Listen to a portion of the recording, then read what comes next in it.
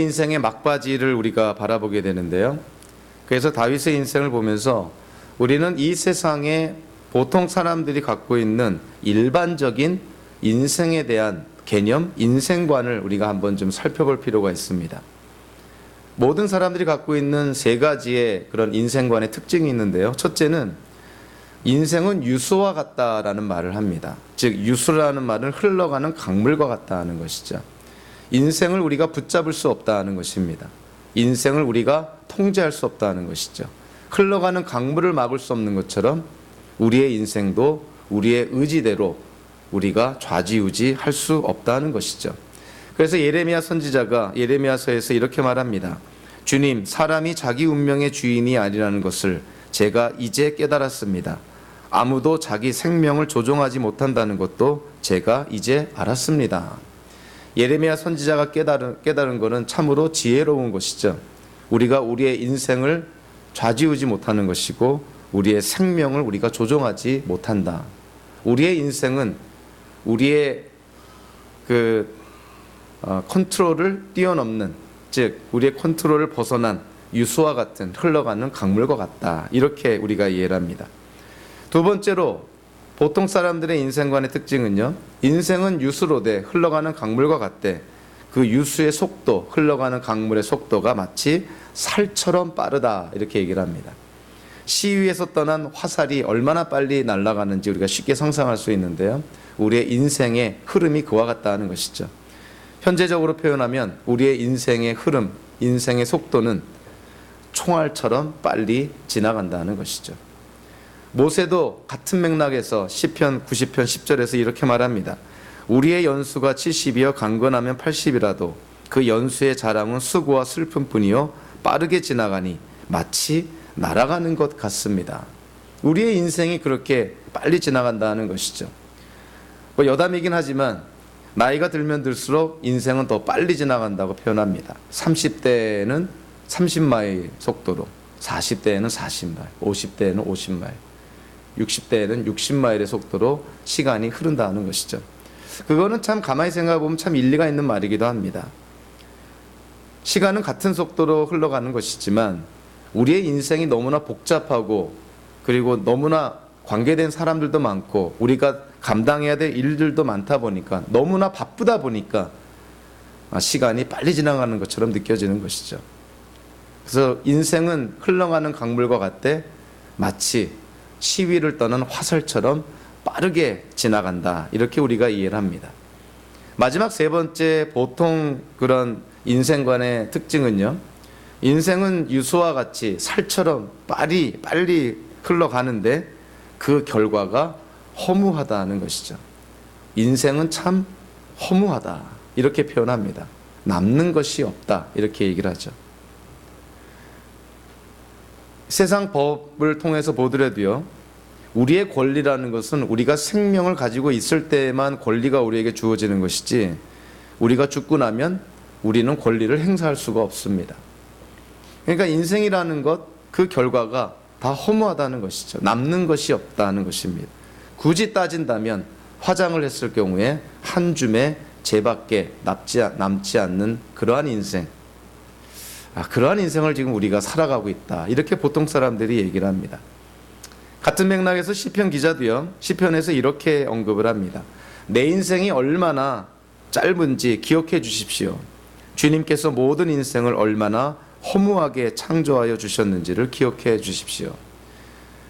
아담과 하와의 죄로 인해서 인류의 죄가 들어오고 그로 말미암아 세상이 타락되어져 가고 부패되어져 가고 인류의 죽음이 들어온 이후로 우리의 인생은 유한하고 제한되어 있고 죽음을 피할 수가 없게 되어 있다는 것이죠. 그래서 인생은 참 결과적으로 허무하다는 것입니다. 그래서 이 인생을 유수와 같이 살처럼 빨리 흘러가는, 그러나 그 결국은 허무에 귀착된다는 걸 우리가 그렇게 이해를 한다면 저와 여러분들은 결국 허무주의에 빠지게 될 것입니다. 우리가 노력한들 무슨 소용이 있고 애쓴들 무슨 소용이 있고 우리가 목적한 것을 이룬들 무슨 소용이 있는가. 결국 남는 것은 한 줌의 재밖에 남지 않는다. 그래서 이러한 생각에 집착하다 보면 허무주의에 빠져서 결국은 자살이라는 극단적인 어떤 결과까지 초래되는 것을 우리가 현대에 많이 보게 됩니다. 그러나 우리 기독교인들이 갖고 있는 인생관은 이러한 세상적인 인생관과는 좀 다른 것이죠. 물론 인생은 빨리 지나가고요, 유한하고요. 그리고 우리의 인생도 지나고 나면 다른 사람들처럼 별반 다를 바가 없는 것이죠. 그러나 예수 그리스도 안에서 구원과 영생을 약속받은 기독교인들은 우리의 인생을 어떻게 바라봐야 되냐면 이 세상이라는 제한된 어떤 영역, 제한된 바운더리 안에서 바라보는 것이 아니라 영원이라는 관점에서 우리가 이 인생을 바라봐야 됩니다. 하나님 안에서 우리가 누리게 될 그 영원함, 그 영생, 그 바운더리 안에서 그 영원함, 영생이라는 측면 안에서 우리의 인생을 바라봐야 된다는 것이죠. 비록 우리의 인생이 우리 성경적으로 표현하면 사람의 수를 하나님께서 120살로 제한을 했는데요. 기껏 살아봤자 120살이라면 영원이라는 관점에서 바라보면 한 점도 되지 않는, 정말 눈에 띄지도 않는 그런 작은 그런 기간입니다. 그렇지만 예수 그리스도 안에서 구원과 영생을 약속받은 자는 이 땅에서 비록 한 점도 되지 않는 그런 짧은 기간의 인생을 살지만 이 인생이 예수 그리스도 안에서 의미가 있는 인생이 된다는 것이죠. 허무한 결과가 나타나는 것이 아니라 사도 바울이 고백한 것처럼 예수 그리스도 안에서 우리가 수고한 것이 결코 헛되지 않는다라는 말이 우리에게 적용이 되는 것입니다. 그래서 우리 기독교인들이 이 땅을 살 때 다른 사람들과 마찬가지로 생로병사를 다 겪게 됩니다. 태어나서 늙게 되고 병들고 죽게 되지만 그럼에도 불구하고 우리의 인생은 허무로 끝나는 것이 아니라 예수 그리스도 안에서 의미가 있고 가치가 있는 결과를 낳게 된다는 것이죠. 그래서 성도의 인생은 시간이 흐르고 나이가 들면서 낡아가고 퇴화되고 죽어가는 것이 아니라 성도의 인생은 새로운 삶을 향해, 오는 세상을 향해, 그리고 영원을 향해 성도는 나아가고 있다는 것이죠. 그래서 세속적이고 보편적인 그냥 세상 사람들의 인생관은 물론 우리가 이해가 되지만 그것이 우리에게 적용이 되진 않습니다. 우리는 다윗이라는 한 사람의 인생을 사무엘기를 통해서 주로 다루었는데요. 이제 오늘 본문과 또 다음 주 열왕기상 2장을 통해서 다윗의 그 파란만장한 인생이 마침내 막을 내리게 됩니다. 70이라는 그의 인생 마지막 부분을 우리가 오늘과 다음 주에 다루게 되는 것이죠. 다윗은 한 목동으로 이 땅에 태어나게 됩니다. 그러다가 장군이 됐고요.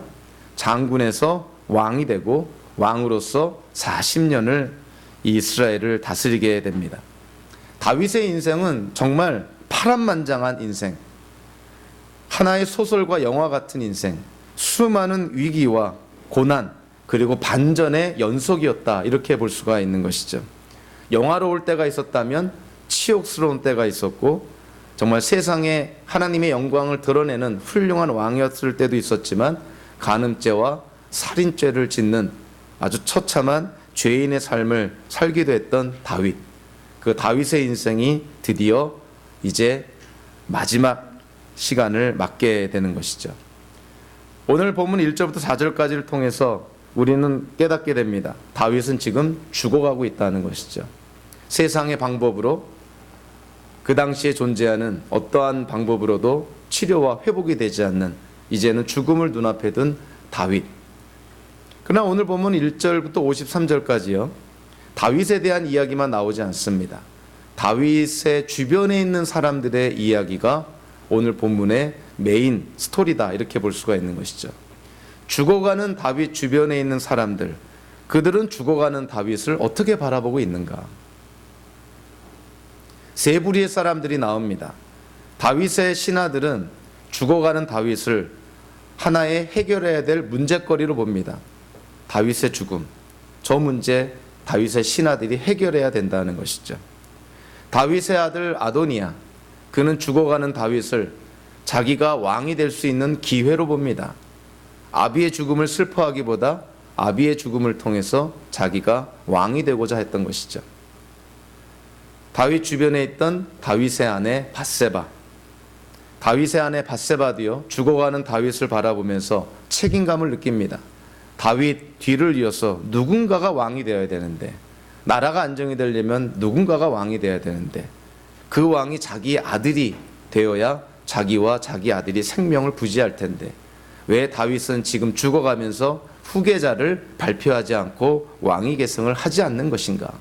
저 무책임한 다윗, 저 무기력한 다윗을 일깨워서 책임감을 갖도록 하는 것, 그것이 밧세바가 취한 태도였다는 것이죠. 다윗의 신하들의 이야기가 1절부터 4절까지 나옵니다. 다윗의 신하들은요, 다윗이 지금 나이 들어 늙어서 죽어가고 있으니 다윗을 회복시키려고 노력을 합니다.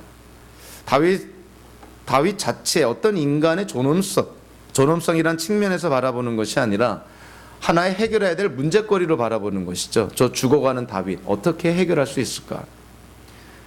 그 당시의 방법이죠. 이불을 많이 덮었는데도 다윗의 몸이 따뜻해지지 않았다. 차도가 없었다는 것이죠. 그리고 다윗의 신하들이 두 번째 방법을 씁니다.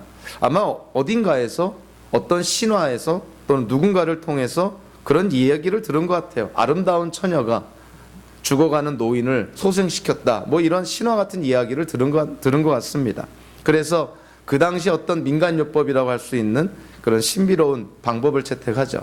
젊고 아름다운 처녀를 구해서 다윗 품에 안기면 그 차가워진 다윗의 몸, 죽어가는 늙어진 다윗의 몸이 회복되지 않을까. 그래서 다윗의 신하들이 전국을 수소문해서 수넴이라는 마을에 있는 한 젊은 처녀를 찾게 됩니다. 그 사람의 이름이 아비삭이었죠. 그래서 오늘 보면 2절 3절을 보니까 신하들이 그 처녀 아비삭을 데려다가 다윗의 시중을 들게 합니다. 우리는 문맥적으로요, 신하들은 이 아비삭이 다윗의 어떤 몸종 역할을 하는 정도가 아니라 실제로 다윗이 원하면 어떠한 관계를 맺는 어떤 그러한 대상으로 지금 아비삭을 데려놓은 것이죠. 근데 결과가 뭐였냐면 첫 번째 방법도 실패한 것처럼 두 번째 방법도 실패하게 됩니다.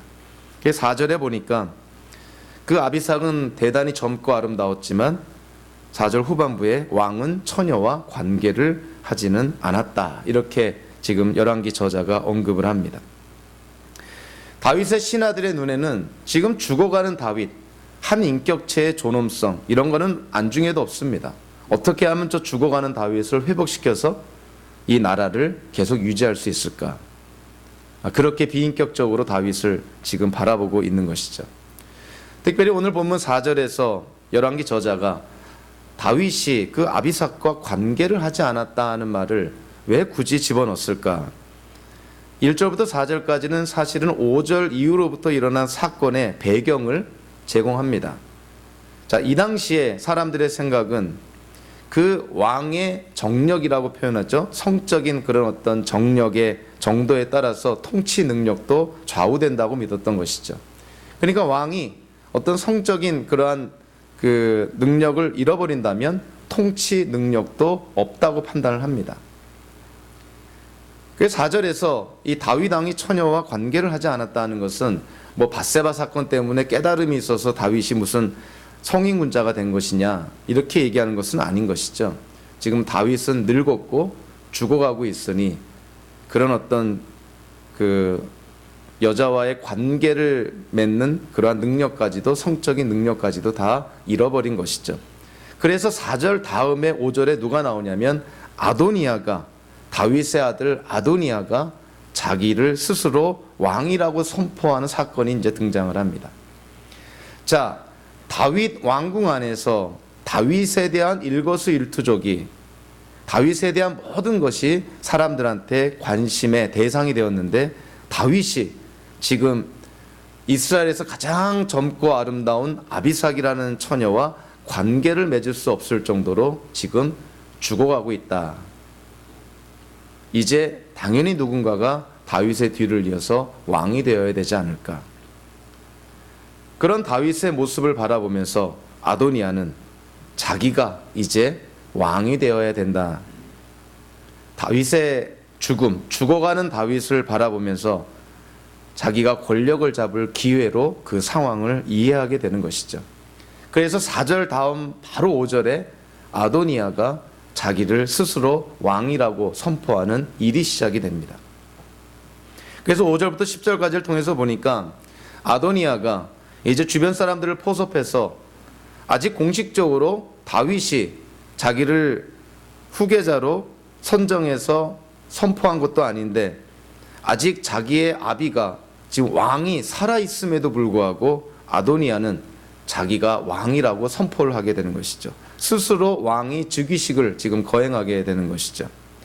누구를 포섭하게 되냐면 군사령관 요압, 평생 다윗의 충신이라기보다는 충견처럼 다윗이 명령하는 것이라면 옳고 그름을 떠나서 무조건 순종했던 그런 군사령관 요압, 그리고 다윗이 광야에 있을 때부터 다윗을 따라다녔던 아비아달 제사장, 아도니아가 이들을 포섭해서 왕이 즉위식에 이들을 데리고 가 함께 스스로 왕이라고 선포하게 됩니다. 아도니아는 어떤 그런 아들이었냐면요, 우리 사무엘기하 3장에서 이미 언급한 것처럼 다윗이 헤브론에서 유다 지파의 왕으로 7년 반을 통치하게 되는데 그 헤브론에서 낳은 아들 중에 하나가 아도니아입니다. 첫째 아들이 암논이었고 둘째가 길르압, 셋째가 압살롬, 넷째가 아도니아였던 것이죠. 우리가 잘 아는 것처럼 암논은 압살롬한테 죽임을 당하게 되죠. 압살롬은 요압에게 죽임을 당하게 되고 길르압이라는 둘째 아들은 한 번 나오고 더 이상 등장하지 않습니다. 아마 어릴 때 죽은 것으로 이렇게 추측이 됩니다. 그렇다면 지금 다윗의 아들 중에서 장자로서 다윗의 왕위를 계승할 적법한 후계자가 누굽니까? 아도니아인 것이죠. 다른 말로 하면 가만히 있고 때를 기다리면 다윗이 죽고 나면 어떤 의미로 보면은 적법하게 왕위를 계승할 수 있는 사람이 아도니아였던 것이죠. 근데 오늘 본문을 통해서 보니까 아도니아가 기다리질 못합니다. 조바심이 나는 것이죠. 다윗이 지금 아비삭이라는 그 아름다운 처녀와 관계를 갖지 못할 정도로 죽어가고 있고 지금 죽을 때가 가까이 왔는데 의외로 다윗이 생명을 계속 연명하게 되는 것이죠. 그래서 이 아도니아가 자기의 조바심을 드러내고 일종의 쿠데타를 일으킨 것입니다. 압살롬은 다윗을 죽이려고 했지만 자기 아비 다윗을 죽이려고 했지만 아도니아는 자기 아비 다윗을 무시한 것이죠. 왕이 지금 살아있음에도 불구하고 자기가 왕이라고 선포했으니 이거는 또 다른 측면의 쿠데타, 역모였던 것이죠. 그래서 오늘 이 본문에서 그 열왕기 저자가 6절에 보니까 우리에게 어떤 암시가 되는 중요한 문장을 하나 제공을 합니다. 자, 아도니아가 어떻다고 되어 있냐면 압살롬 다음으로 태어난 아들로서 용모가 뛰어났다. 우리는 성경을 읽다가 구약의 어떤 그런 사건들을 대하다가 용모가 뛰어났다든가 아름답다든가 잘생겼다든가 이런 얘기 나오면 항상 비극적으로 어떤 사건이 끝나는 걸 깨닫게 됩니다. 압살롬 아시죠? 얼마나 이스라엘 사람들로부터 칭송을 받았던 그런 미남이었습니까? 자, 그런데 그 압살롬과 더불어서 또 미남이 누구라고 표현하고 있냐면 아도니아다는 것이죠. 우리는 사무엘기를 통해서 하나님의 말씀을 잘 기억을 합니다. 하나님은 외모를 보시는 것이 아니라 사람의 중심을 보신다 그랬죠. 이렇게 외모가 출중한 사람 항상 교만하기 마련이고 항상 비극적으로 그 인생이 끝나게 되는 걸 우리가 성경을 통해서 보게 되는데 아도니아에 대해서 그의 용모가 뛰어났다라는 것은 아도니아의 결국이 어떻게 될 거라는 것을 우리에게 사실은 이미 열왕기 저자가 던져주고 있는 것이죠. 오늘 본문에 나오고 있지 않지만 열왕기상 2장 우리 다음 주에 다윗의 죽음을 다루면서 그때 아도니아가 솔로몬 왕에게 어떻게 죽게 되는지 그 이야기가 사건이 전개가 됩니다. 그러니까 사울도 용모가 뛰어났죠. 압살롬도 용모가 뛰어났죠. 아도니아도 용모가 뛰어났죠. 용모가 뛰어난 사람, 외모가 출중한 사람, 그들은 자기를 믿은 사람들이 돼버렸고 하나님께로부터 결국은 버림받은 자들이 돼버렸죠. 우리가 이거를 너무 또 일반화시켜서 그러면 미남 미녀들은 항상 성경적으로 이렇게 비극적인 삶을 사는 것이 정상이고 성경적이니까 이렇게는 생각하지 마십시오. 우리가 조심해야 될 것은 이렇게 외모가 출중했다는 것은, 사람들로부터 칭찬을 받는다는 것은 그만큼 교만해지기 쉽고 과신하기 쉽고 하나님보다는 자기를 더 믿게 되기 때문에, 그래서 결과가 안 좋다는 것이지, 잘생겼다는 것이 죄가 아니고 멋지게 생겼다는 것이 죄가 아니라는 것입니다. 어찌됐든 이 아도니아도 결국 용모가 출중했는지, 그래서 교만했는지 압살롬처럼 결국은 비극적으로 인생을 마치게 됩니다. 아도니아가 요압과 아비아달 그리고 자기를 따르는 그러한 왕자들, 신하들을 데리고 스스로 왕이라고 선포를 했는데, 그 시간에 또 다른 일이 벌어지고 있습니다. 결과론적으로 다윗은 아도니아를 왕으로 후계자로 세우지 않고 어찌 보면 아도니아의 이복 동생이죠, 솔로몬을 왕으로 세웁니다. 그래서 아도니아가 아직 잔치가 끝나지 않은 상태에서 다윗이 아주 급작스럽게 행동에 옮기는 것이죠. 솔로몬을 왕으로 세우고 정식으로 기름을 부어서 솔로몬을 왕으로 세웁니다. 그러니까 공식적으로 선포를 하게 되는 것이죠.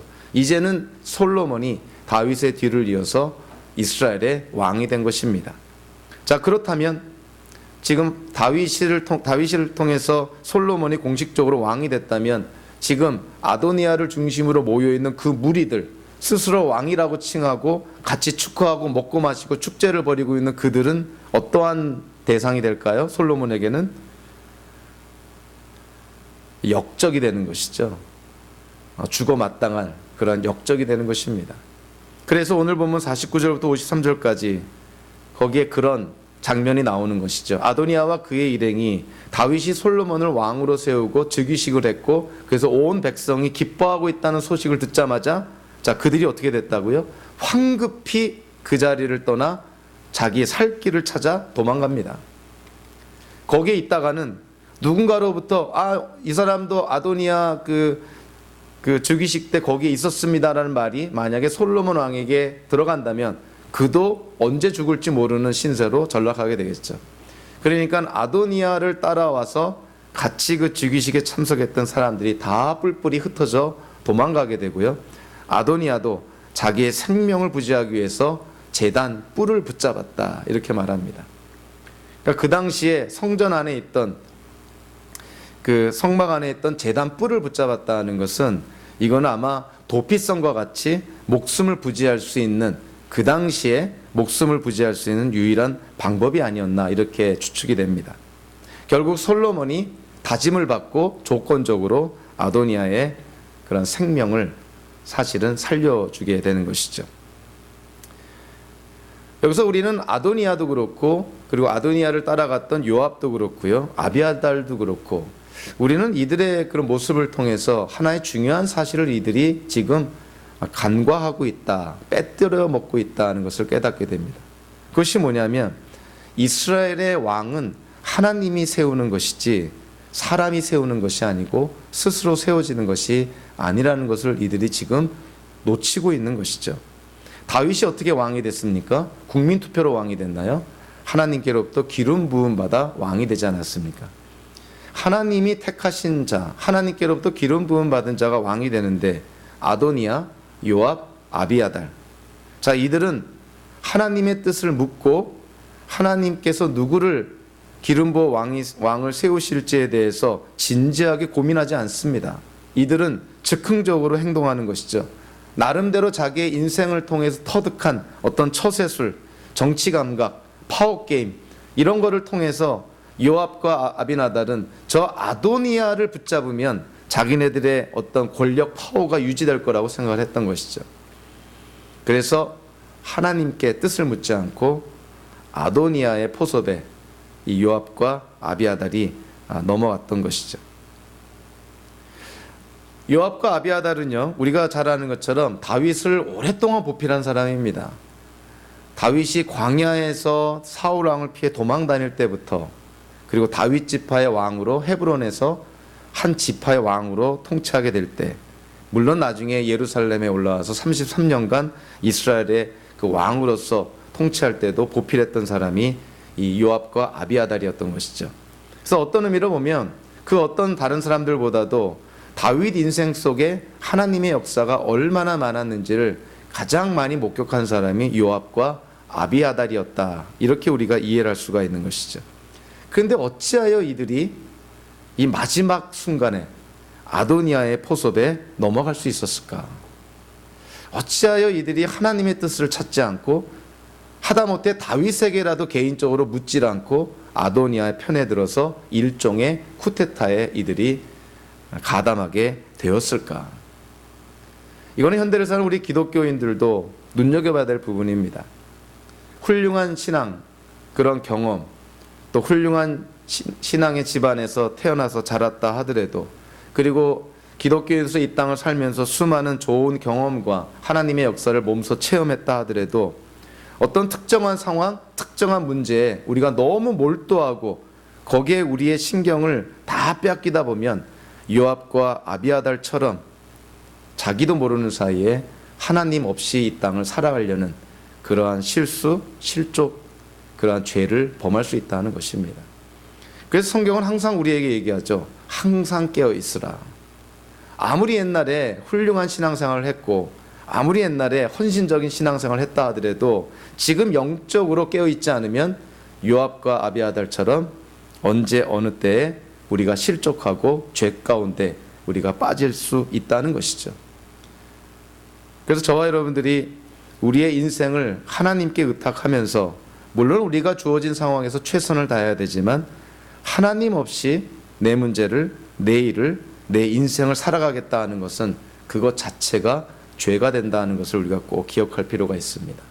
영적으로 깨어있는 자, 항상 깨어있는 자, 과거에 찬란했던 그러한 기억에 묻혀 사는 자가 아니라 매 순간순간 최선을 다하며 하나님과 동행하는 삶, 그것이 우리 성도가 살아가야 될 삶의 자세라는 것이죠. 오늘 본문을 통해서 우리는 깨닫게 되는 것이 있습니다. 아도니아를 따르는 자들이 있었고요, 솔로몬을 지지하는 자들이 있습니다. 아도니아와 솔로몬. 근데 이 아도니아는 어떤 부류의 사람들이 주로 지지를 하게 되냐면, 아도니아는요 헤브론에서 태어난 다윗의 네 번째 아들입니다. 자, 헤브론이 어디냐면 다윗이 이스라엘의 전체 이스라엘의 왕이 되기 전에 유다 지파의 왕으로 추대가 되어서 헤브론에서 유다 지파를 7년 반, 7년 6개월을 통치하게 됩니다. 그러니까 한 지파의 지도자로서 헤브론에서 통치를 하게 되는 것이죠. 그때 낳은 아들이 아도니아였고, 그때 이미 다윗을 따르는 자들이 요압과 아비아달, 뭐 이런 사람들이었습니다. 그래서요, 정치적으로 우리가 이걸 바라보면 아비아달, 요압, 그리고 아도니아, 이들은 헤브론을 중심으로 해서 오랫동안 끈끈하게 관계를 맺어온 사람들, 쉽게 말하면 헤브론파다 이렇게 볼 수가 있는 것이죠. 헤브론파. 자, 그런데 다윗이 이젠 다윗 지파의 왕에 그치지 않고 이스라엘 전체의 왕이 되죠. 그래서 이스라엘 12지파의 왕이 되었을 때 다윗이 어디로 이전합니까? 예루살렘으로 수도를 옮기죠. 그래서 예루살렘에서 33년을 통치를 하게 됩니다. 그 예루살렘에서 통치를 할 때 그때 주로 활동했던 사람들, 그때 낳은 아들이 물론 솔로몬이고, 예루살렘에서 통치할 때 주로 활동했던 사람들이 사독 제사장, 그리고 나단 선지자. 그러니까 솔로몬을 중심으로 나단 선지자, 그리고 사독 제사장, 이들은 예루살렘이 공통점입니다. 그래서 정치적으로 바라보면 솔로몬을 중심으로 한 예루살렘 파가 있는 것이죠. 그러니까 어쩔 수 없이 한 나라 안에 그들이 어떠한 배경, 또 어떠한 관계를 맺느냐에 따라서 정치적으로 이합집산이 일어나는 것이 어쩔 수 없는 인간 사회인데, 이 이스라엘 공동체 안에도 아도니아를 중심으로 한 헤브론파가 있었고 솔로몬을 중심으로 한 예루살렘파가 있었던 것이죠. 결국 정치적으로 바라보면 이 두 개의 권력 싸움이 지금 벌어지고 있는 것이죠. 그래서 결과론적으로는 어떻게 됩니까? 다윗이 솔로몬을 후계자로 세워서 정치적으로 얘기하면 예루살렘 파가 권력을 잡게 되는 것이죠. 오늘 본문에서 우리는 깨닫게 됩니다. 다윗은 완전한 왕이 아니었고 완전한 인간이 아니었다는 것을 깨닫게 됩니다. 특별히 오늘 본문 6절을 통해서 보니까 아도니아에 대해서 다윗이 뭐라고 말하고 있냐면, 이 열왕기 저자가요, 아도니아가 평생을 살면서 다윗으로부터 한 번도 꾸지람을 받지 못했다. 다윗은 왕으로서는 정치를 잘했는지 모르겠지만 자녀 교육에는 철저하게 실패한 자라는 걸 깨닫게 됩니다.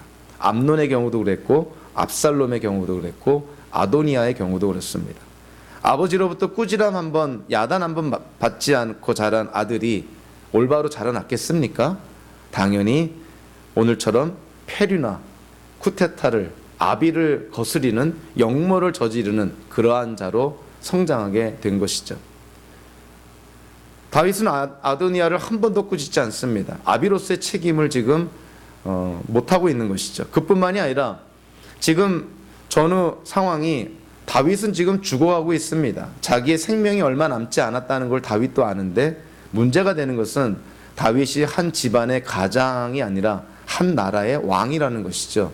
그러면 이제 한 나라를 다스리는 왕으로서 자기의 후계자, 즉 자기 이후에 이 나라가 어떻게 될 것인가, 그거를 걱정하지 않을 수가 없는 것이죠. 그렇다면 자기가 아직 정신이 올바를 때 후계자를 세워서 왕위 계승을 건강하게 해야 됩니다. 왕위 계승을 바르게 해야 나라가 혼란이 없이 잘 이어져 갈 텐데, 오늘 본문을 통해서 깨닫는 것은 다윗은 왕위 계승에 대해서 전혀 언급이 없었다는 거야.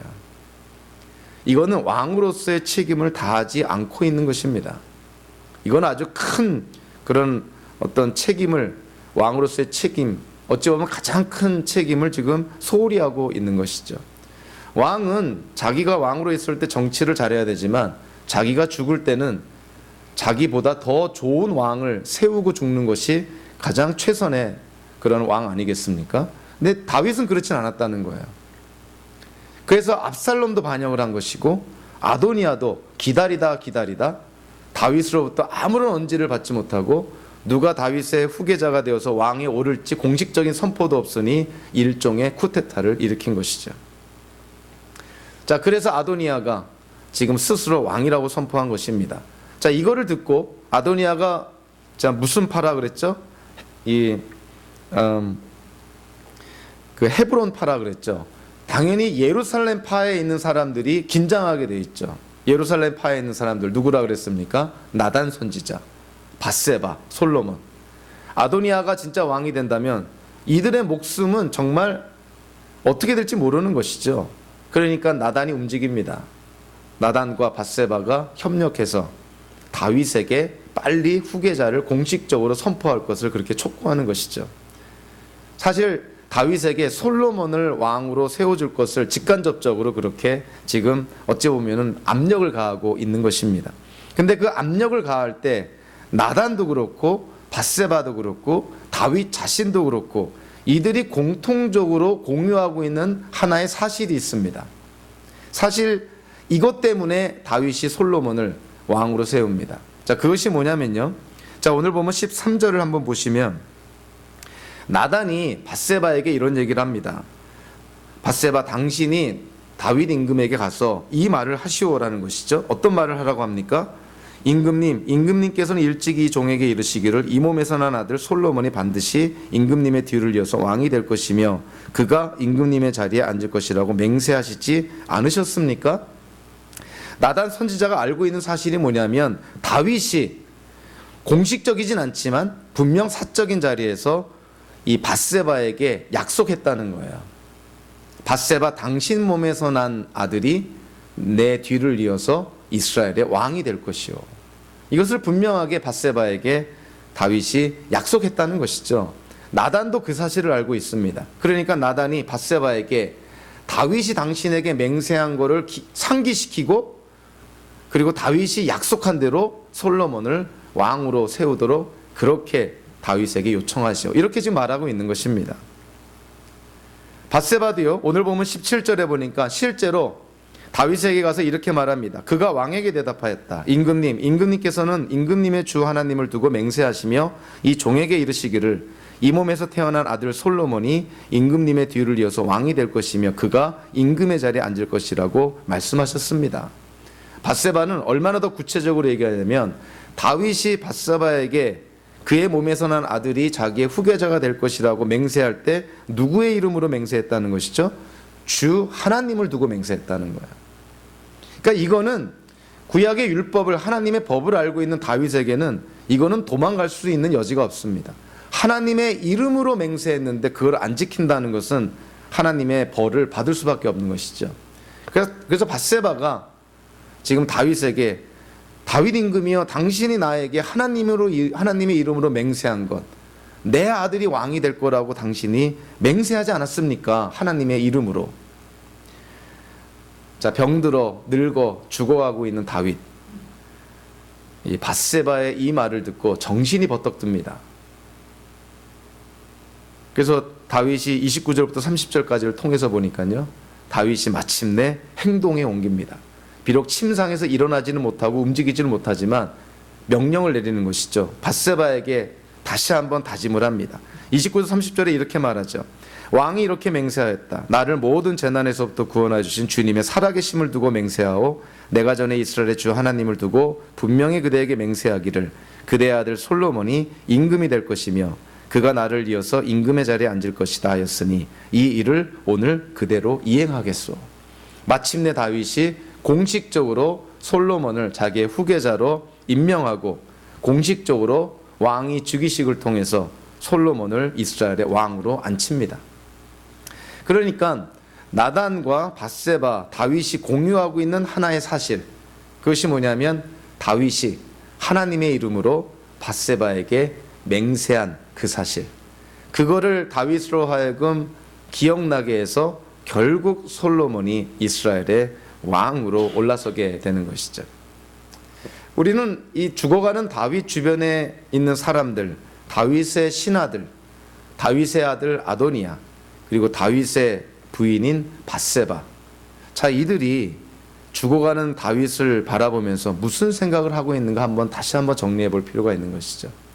다윗의 신하들은 죽어가는 다윗을 바라보면서 하나의 풀어야 될 문제거리로 바라봅니다. 다윗을 빨리 회복시켜야지. 다윗의 신하들은 자기네들의 책임과 의무가 다윗을 회복시키는 것에 있다는 것이죠. 여러 가지 방법이 실패가 됐을 때 다윗은 하나의 문제거리로 전락이 돼버리는 것이죠. 아주 비인격적인 것이죠. 다윗의 아들 아도니아는 어땠나요? 자기 아비의 죽음을 바라보면서 자기가 왕이 될 기회로 잡습니다. 아주 페류나인 것이죠. 이 아도니아의 모습을 보면서 저는 예수님의 비유가 하나 생각이 나는데, 그것은 돌아온 탕자의 비유, 그 둘째 아들의 그 비유의 내용이 기억이 나죠. 아직 아버지가 살아있는데 자기에게 유산을 달라. 그래서 유산을 갖고 해외에 나가서 화랑방탕하게 생활하지 않습니까? 살아있는 아버지에게 유산을 달라는 것은 살아있는 아버지에게 당신은 나에게 죽은 아버지나 다를 바가 없다는 것과 마찬가지인 것이죠. 세상에 이런 페류나는 없는 것이죠. 아도니아도 마찬가지였던 것이죠. 다윗이 버젓이 왕으로 살아있는데 자기가 스스로 왕이라고 선포했으니 이거는 자기의 아버지 다윗은 죽은 자나 진배 없는, 완전히 무시를 하는 정말 페류나 중에 페류나가 바로 이 아도니아였던 것이죠.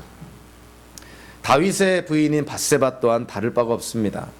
어찌 보면 오늘 본문에서 가장 다윗을 인격적으로 대한 사람이 누굴까요? 다윗의 신하도 아니었고, 다윗의 아들도 아니었고, 다윗의 부인 밧세바도 아니었고, 나단 선지자도 아니었습니다. 자, 누가 다윗을 가장 인격적으로 존중하면서 다윗을 옆에서 지금 거들고 있나요? 침묵으로 일관하고 있는 아비삭밖에 없는 것이죠. 아비삭만 지금 다윗 곁에서 조용히 다윗의 마지막 순간을 지켜보면서 시중을 들고 있습니다.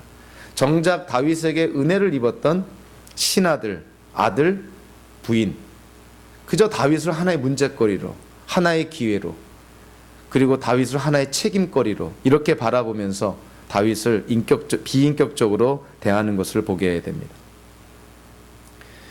죽어가는 다윗을, 이런 살아있는 자들의 이런 모습을 통해서 참 우리는 비통함을 금할 수가 없는 것이죠.